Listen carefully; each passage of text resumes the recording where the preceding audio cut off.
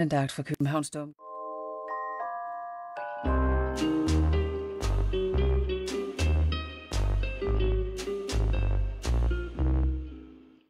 Børn, der får åbenbaringer direkte fra Jomfru Maria, og en mand, der kan helbrede alverdens sygdomme blot ved at bede til Gud. Det lyder som noget, man troede på i gamle dage, men mirakler er stadig en stor del af mange moderne menneskers virkelighed. Velkommen til Univers.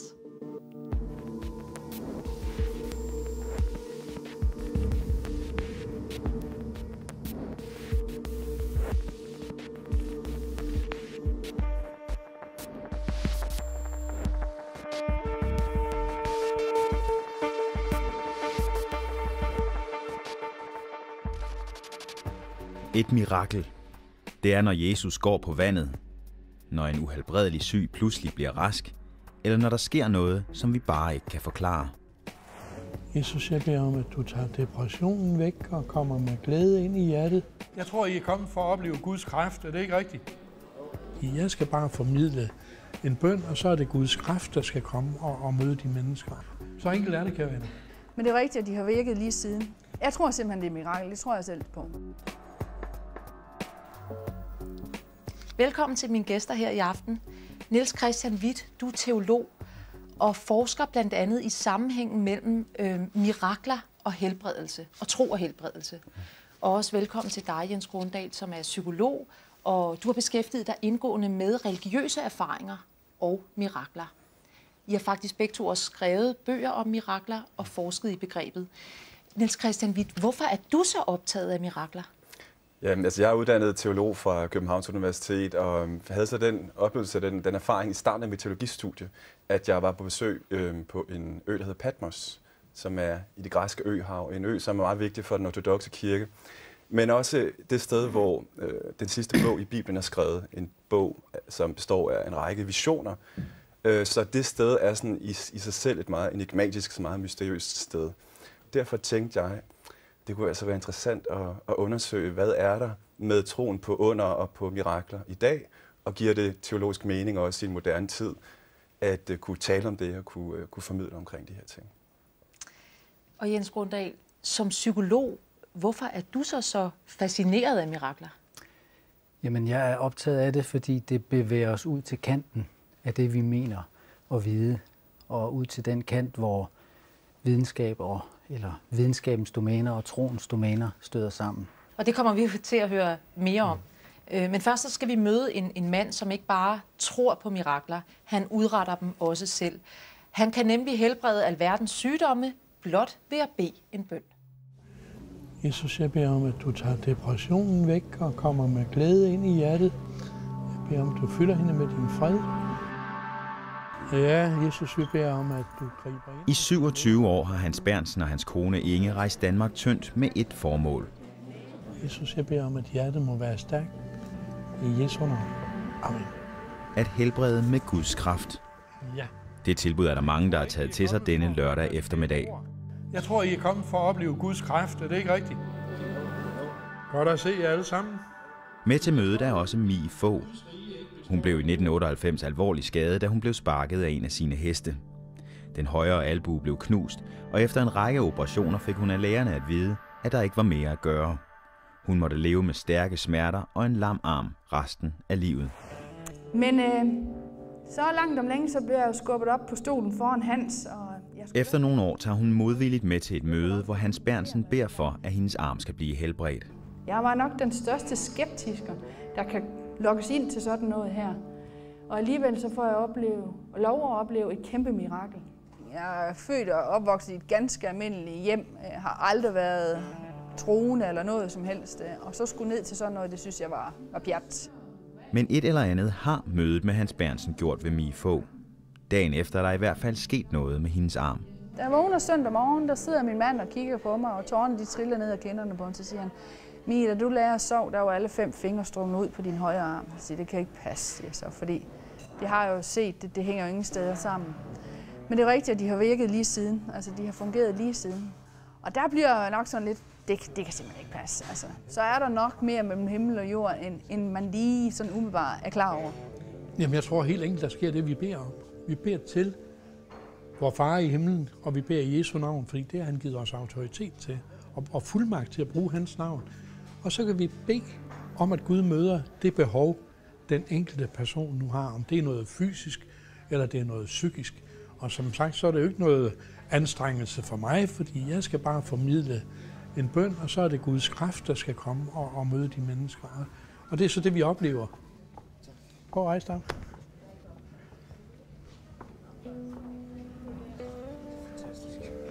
Er det godt?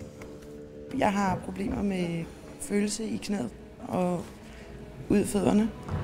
Og det føles som om, at mit ben bare blev helt gelé-agtigt og begyndte at ryste. Det ryster faktisk stadigvæk lidt. Og så blev det lige. Men om jeg har fået følelsen tilbage, det er jo svært at svare på lige nu.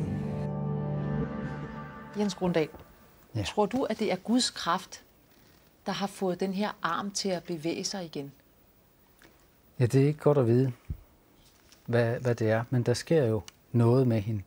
Noget af det, som man kunne inddrage, noget der ligner, det er en case, som blev publiceret for et par år siden, med en mand, som siden fødslen har været halvsidig lam. Som 60-årig så bliver han opereret for en tarmcancer. Og i den forbindelse så har han en såkaldt nærdødsoplevelse, hvor han oplever det typiske med at stige ud af kroppen, og så møder han sin afdøde far og en mand, der havde sagt, han er ikke klar, han skal tilbage. I mandens udskrivelsespapir så fremgår det, at der er øget tonus i hans hånd, og på et efterfølgende interview. Øget tonus, hvad er det? Øget spænding i hans hånd, i hans krumme hånd. Der er sket noget åbenbart i forbindelse med hans operation. Og på et opfølgende interview, så undrer han sig meget over, at hans hånd nu fungerer normalt, og han trækker heller ikke længere på det ene ben. Så i den videnskabelige litteratur, så har vi sådan nogle beskrivelser af den slags overraskende helbredelser. Er det mirakler? Hvad siger du, Niels Christian Hvidt? Jamen, altså, jeg vil sige, både som troende og som teolog mener jeg jo, at selvfølgelig kan det lade sig gøre. Altså, jeg har ikke noget problem med det. Jeg mener, at det ligger i selve begrebet Gud, at Gud kan gribe ind. Altså, hvis man tror, at Gud har skabt verden på en eller anden måde, så mener jeg også, at det ligger som en mulighed. Og de konkrete case stories, de vil jo altid skulle undersøges, frem for alt vil man gerne være fri for fup og fidus. Men altså, og det er jo i høj grad noget, der hører til miraklet. Det er jo miraklet, altså medaljens bagside. Hvordan kan vi afgøre det? Og skeptiske danskere, der sidder og siger det. Altså, jeg tror, at i nogle af de her tilfælde, der har man jo faktisk også haft læger ind over at undersøge og sagt, det var umiddelbart, kan vi ikke måske se, hvad der lige er sket her. Andre gange kan det være, at de kommer med en forklaring. Og jeg tror bare i sidste ende, vil jeg nok kalde det et bevis for et mirakel, fordi jeg tror stadig, miraklet som begreb kræver et moment af tro. Så det vil altid være noget, som den enkelte troende må se og må vurdere, om man tror på det. Men jeg tror, at undersøgelserne kan være med til at gøre det plausibelt. Jens Grundahl, hvad kunne den psykologiske forklaring være på sådanne hændelser? Det man måske kan sige, der sker i forbindelse med bøn, det er en dyb given slip, og samtidig så er der sandsynligvis også en indre forestilling om, at noget bestemt måtte ske. Og så kan man jo overveje, om en given slip, og samtidig med en forestilling om, at noget bestemt skal ske, om i hvor høj grad det kan påvirke sådan fysiologiske processer. At det kommer indefra i virkeligheden?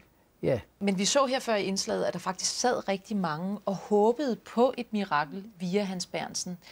Men spørgsmålet er, om det er konstruktivt for os at længes efter et mirakel, når vi er alvorligt syge og snart skal dø.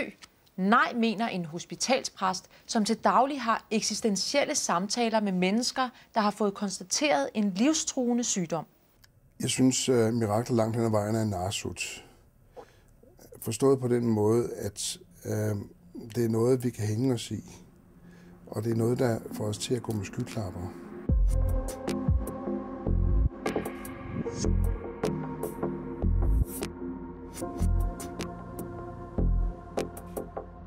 Der er selvfølgelig håb altid næsten hos en patient, som har fået at vide, at han eller hun skal dø. Et håb om, at der alligevel er en eller anden mulighed for, at det ikke er sådan. Altså, jeg tager ikke det håb fra vedkommende. Det skal vedkommende have lov til at have. Men jeg vil tale med vedkommende om, hvor meget det håb fylder. For hvis miraklet og troen eller håbet på miraklet, det bliver for stort, så er det ligesom skyklapper, man får på, så kan man kun se det ene. Og så bliver den del af livet, man har tilbage, om det er 3 uger, eller det er 3 måneder, eller det er et halvt år, det er sådan set lige meget. Men den bliver meget, meget indsnævret. Så miraklet, det bliver, på den måde kan det blive narsut, i stedet for at det er et eller andet, der ligger og simrer i baghovedet måske. Altså, vi hører her hospitalspressen bruge et ord som narsut. Kan det ikke være problematisk at ty til mirakler, hvis man står over for en livstruende sygdom, Niels Christian Hvidt?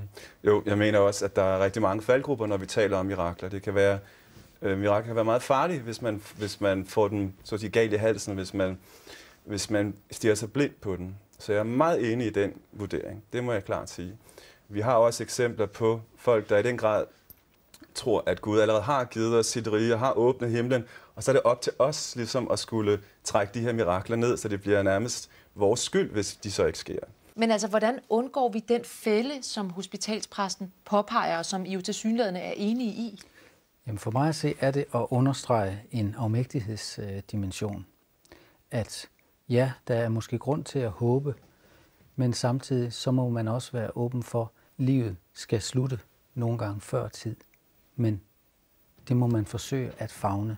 Og nu er jeg lidt spændt, for nu skal vi nemlig besøge et sted, som I begge to har været og er optaget af.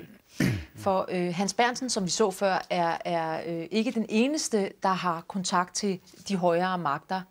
Vi skal til Bosnien-Herzegovina, en lille landsby, hvor tusindvis af pilgrimme hvert år strømmer til.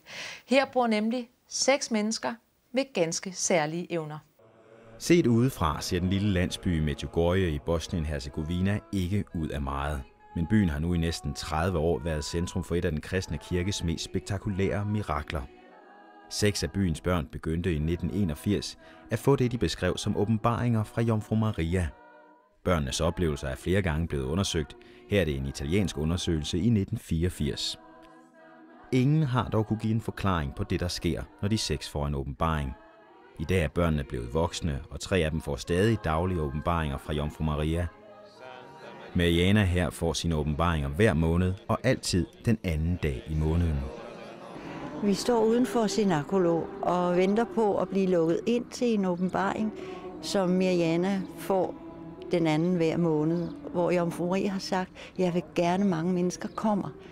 Og hun har forklaret, at hun får lov til at give ganske særligt noget gennem seerne i de øjeblikke, hvor hun viser sig. Åbenbaringen her den anden for Mirjana tjener det formål, at hun og Jomfru Maria beder sammen for verdens ikke-troende. Og de 6 seere har forskellige opgaver. Og Mirjana, hvis åbenbaring vi skal ind og følge i dag, har fået den ikke ubetydelige opgave at bede for verdens ikke-troende.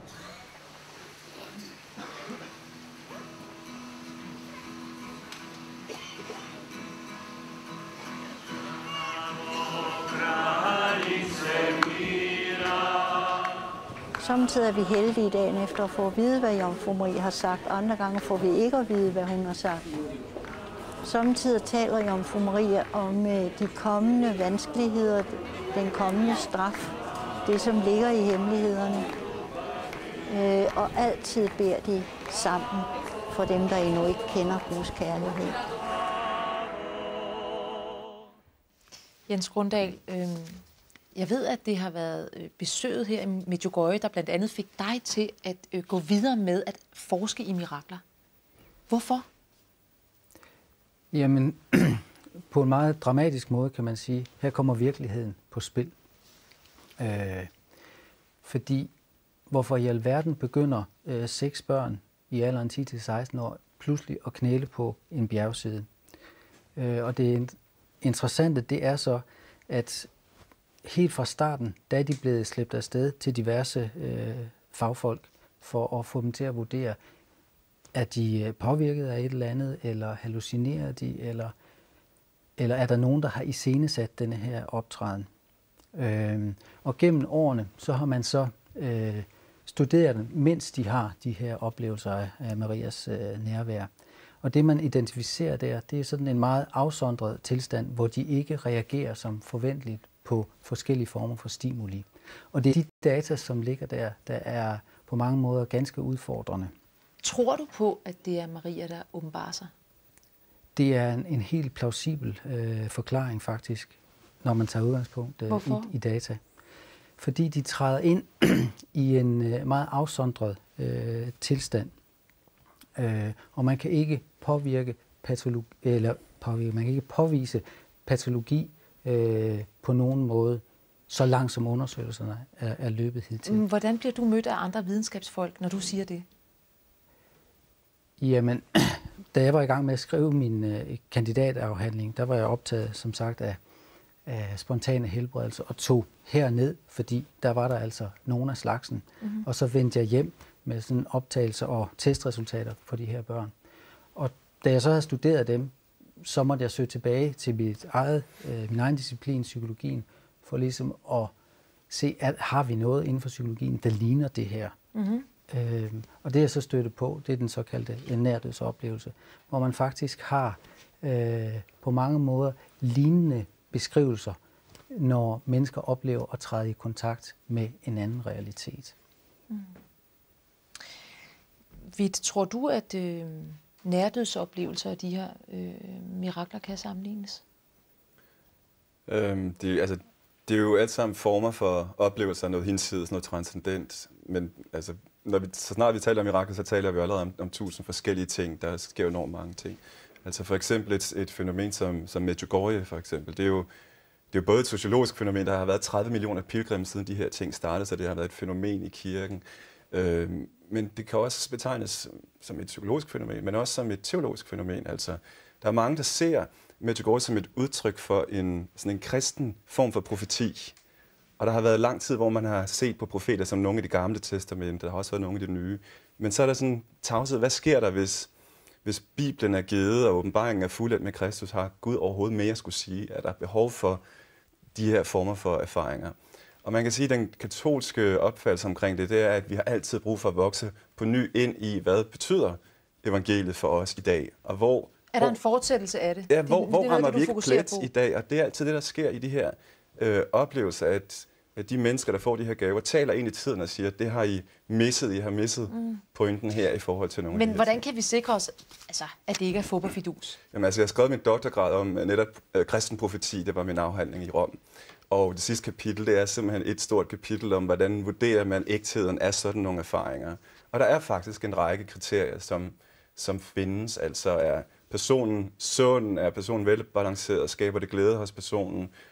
Og så ser man også på det, der formidles. Er det sundt? Er budskabet sundt? Ja. Og en række, altså man plejer at sige, at træet skal kendes på sin frugt. Men er det kriteriet for, om man kan vurdere, om det her så er sandt? Altså, hvad siger videnskaben i forhold til de her 6 børn?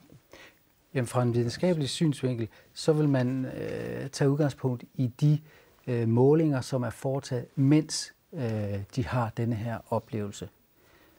Og så vil man måske sammenligne med noget, der ligner. Og det, som dataene peger på, og som er en tydning blandt flere, det er, at under bestemte forudsætninger, så kunne det godt se ud som om, at vi har en perceptuel spændvidde, som overskrider de kendte sanser. Hvis der var kommet beviser, så var der faktisk heller ikke tale om et mirakel længere, siger fysikeren Holger Bech Nielsen, som vi har talt med. Man kan selvfølgelig møde ting, der sker, som er svære at forstå, men det vi kalder mirakler er vel nærmest dem, hvor vi mener, at vi har en teori, der siger, at de ikke skal kunne ske. Hvis du virkelig ville være overbevist om, at du havde mirakler, så skulle du jo ligesom prøve på at udvikle en teori, der tillod nogle af de mirakler, så de ikke var fuldstændig sande mirakler, men var noget, der fik lov at ske i teorien, ikke? Altså, okay, det er Guds styrelse, eller det er et eller andet, som så skal med i teorien. Så skal denne Gud på en måde med i teorien, hvis han laver mirakler, der ellers så er der jo noget, der ikke stemmer. Niels Christian Vidt, skal Gud med i teorien for at kunne bevise mirakler? Altså, der er fundet en lang diskussion sted mellem netop naturvidenskab og teologi. Og noget af det, man virkelig har beskæftiget sig meget med, det er hele problemfeltet divine action, altså guddommelig handling, også i forhold til skabelse, men også særlige guddommelige hændelser. Og jeg kan bare sige, at der er en hel vifte af mulige forklaringsmodeller. Altså en, det er den her lidt middelalderlige model, at Gud griber ind og bryder med naturlovene. Men jeg vil sige, den er der altså ikke ret mange, som i dag understøtter den her Og der er mange dele af videnskaben, der ikke vil have Gud med. Det er klart. Hvad siger du, Jens Grundahl? At nu er det ikke sådan min métier at beskrive Gud. Jeg er optaget af, hvad mennesker erfarer. Ja. Og det er forbløffende i flere situationer, for eksempel nærdødsoplevelser, for eksempel de her åbenbaringer, der oplever mennesker noget, som udfordrer vores teorier om, hvad den menneskelige eksistens er for noget. Men så behøver der en Gud for, at der kan ske et mirakel? Det ligger ligesom i forståelsen typisk, at når vi har noget uforklarligt, som vi forsøger at forklare som et mirakel, så ligger det i forståelsen, at så er det Gud, der griber ind i verden. Men man kan også forstå mirakler sådan mere alment som noget foreløbigt, uforståeligt, uforklarligt. Tak til jer begge to, fordi I kom. Og fra mirakler, så skal vi nu over til orakler, der hjælper vores filosof Mathilde med at blive sig selv.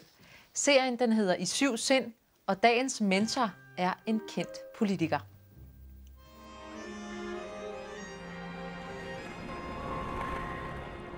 Jeg ved ikke, hvad jeg skal svare, hvis jeg bliver spurgt, hvem er du?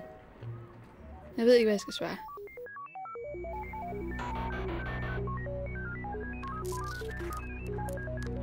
Altså, vi er jo inde i min hjerne. Det her, jeg prøver at sortere alle mine indtryk. Og lige hver gang jeg tænker, nu er den der, nu har jeg den, så kommer der noget nyt. Kan man blive sig selv? Har man altid været sig selv? Er der et sig selv, man kan blive? Måske er det det, vi skal finde ud af.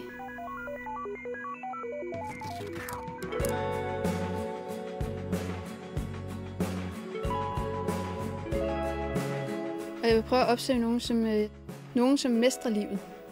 Og hvordan min lille måde at være menneske på skal være, det ved jeg ikke. Jeg vil gerne undersøge det. Jeg vil simpelthen finde ud af, hvordan man bliver sig selv.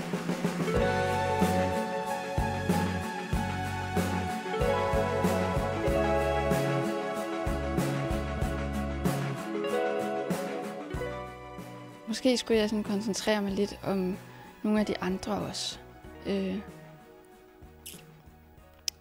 Ja. Så nu er jeg her for at høre dig, hvordan man bliver en god samfundsborger. Jamen altså, det er vi jo alle sammen på hver vores måde. Vi har forskellige interesser, vi har forskellige anlæg. Så samfundsborger, det er jo altså, når man træder ud af sig selv og fungerer sammen med andre. Hvordan sørger jeg for, at de valg, jeg træffer, ikke kun er til gavn for mig, men at de også er til gavn for et eller andet fælles bedste? Hvordan kender jeg forskel på rigtigt og forkert? Hvordan vælger jeg rigtigt? Jeg lever et sted, hvor man i årevis var i situation om sommeren, og så var der pludselig ikke vand i hanerne. Det kan gå, hvis du så siger, okay, så må du ikke have. Men det er ikke sjovt, når du står op om morgenen, og du kan ikke børste tænder, og du kan ikke få tevand. Hvorfor var der ikke vand? Fordi gartnerne om natten havde brugt al vandet fra vandværket til at vande deres jordbær. Okay. Ja. Så stod vi altså og kunne ikke børste tænder og kunne ikke få tevand. Ikke? Det er bragt i orden nu. Ja. Men det siger jo igen, at hvis du får lov til at gøre lige præcis, hvad du vil, så er der altså nogle andre, der får indskrænket deres muligheder og deres basale behov og kvalitet. Hvis du havde uindskrænket frihed, ville du have meget lille frihed. For så ville de meget frie udhule friheden for de mange. Man har et ansvar for at træffe de rigtige valg. Mit problem er bare, hvordan jeg forener mit eget lille personlige lykkeprojekt med fællesskabet. Det totalt frie samfund, det er junglen for eksempel. Det er dejligt frit. Alle kan gøre, hvad de vil. Jamen, dyrene lever i frygt for hinanden, i kolossal frygt hele tiden, gemmer sig og skjuler sig, og der er visse tider på døgnet. Der er kun ganske få timer på døgnet, de bruger, ikke? Ellers gemmer de sig det meste af tiden. Så der har du total frihed. Men du har en masse frygt, og hvor meget er den frihed så værd? Men så kan du sige, okay, så må du sørge for, at alle lever i tryghed. Ikke? Okay, så gå ind i zoologisk have. Der er alle dyrene trygge.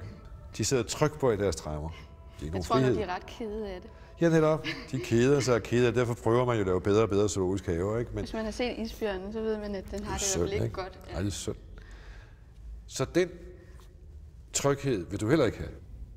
Du vil altså ikke have den frihed, der ligger i junglen, og du vil ikke have den tryghed, der ligger i zoologisk have, hvor du er sikker på ikke at blive spist af andre. Altså må du finde en balance. Det rigtig svære er jo, at mennesket ikke er dyr. Og at mennesker har jo fri vilje, og mennesket har frihed. Frihed til at vælge forskellige ting. Det er ligesom det, der er det svære. Men et samfund består jo af en hel masse individer. Altså, hvordan vælger man den rigtige handling? Altså. Det er jo præcis det svære, og det er jo det, man som politiker står i hele tiden. Det, som er utåleligt for mig, det må jeg også forudsætte utåleligt for andre. Altså må jeg arbejde for at fjerne det utålelige. At man har fundet ud af med sig selv, altså hvad vil jeg egentlig ikke tåle i et samfund? Det totalitære ville være utåleligt. Altså skal man bekæmpe det totalitære. Man må også kende sig selv ret godt. Jamen du må jo med dig selv vide, hvad der er utåleligt og hvad der er tåleligt. Hvad du selv må tåle, kan andre også må finde sig i. Det kan være forskelligt. Folk oplever det forskelligt, derfor stemmer de også forskelligt. Hvad der er utåleligt, det er min erfaring. Hvad der er utåleligt for den ene, er jo næsten altid utåleligt for alle. Men de der reguleringer, det er dem, jeg forestiller mig, at de må hele tiden foregå i sådan en eller anden kalkyle i forhold til et eller andet fælles bedste gode på en eller anden måde. Kræver det ikke, at man kan overskue nogle ting, som næsten kun en Gud kan overskue? Mennesket spår med Gud rår, ikke? Nej, men du kan ikke undskylde dig med, at du alligevel ikke kan styre det. Du har ansvaret for dine beslutninger eller mangel på samme over for kommende generationer. Vi har det klimaet, for eksempel. Skal den kommende generation se tilbage på os og sige, sig mig, hvad gjorde I? Lå I på stranden? Havde I ikke hørt efter? Kunne I ikke se, hvad der var ved at ske? Læste I ikke bøger? Hørte I ikke på, hvad videnskabsmændene sagde? Fordi nu står vi midt i katastrofen, fordi I ikke gjorde noget. Altså, jeg tror ikke, at den store forsamling nødvendigvis har en vilje, der er til det alles bedste. Altså, jeg tror ikke, at den store forsamling ved, hvad dens vilje er. Altså, jeg tænker bare på, om den beslutning skal jo tages nu. Ja. Eller den skulle have været taget for 30 år siden, men den skal i hvert fald senest tages lige nu. Altså klimaproblemet kan jo kun få stoppet sin vækst ved, at hele kloden går ind. Det er det, der er hele problemet i ligningen. Måske er demokratiet i vejen. Det er en helt vildt skræmmende tanke. Hvem skal så bestemme?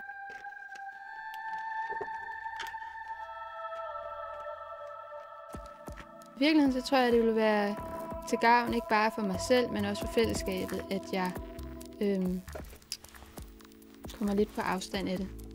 Ja, måske vil man komme tættere på sig selv ved at flytte ud i en skov på afstand af alting.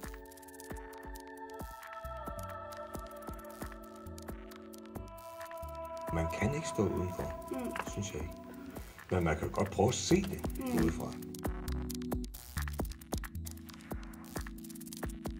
I næste uge af Univers fortæller Niels Hausgaard om, hvordan den fri vilje kan blive til fælles dumhed. Derudover så tager vi fat på, om danske præster må ringe med klimaklokker og huse irakiske flygtninge. Debatten raser. Hvad må præster, og hvad må de ikke? Og er tiden moden til at adskille folkekirken fra staten? Vi ses. Hvad skal vi ringe for næste gang? Dyrevelfærd eller et andet politisk emne? Vi har jo i praksis haft det sådan lige siden krigen, at politikerne ikke blandede sig i kirkens interne anliggender.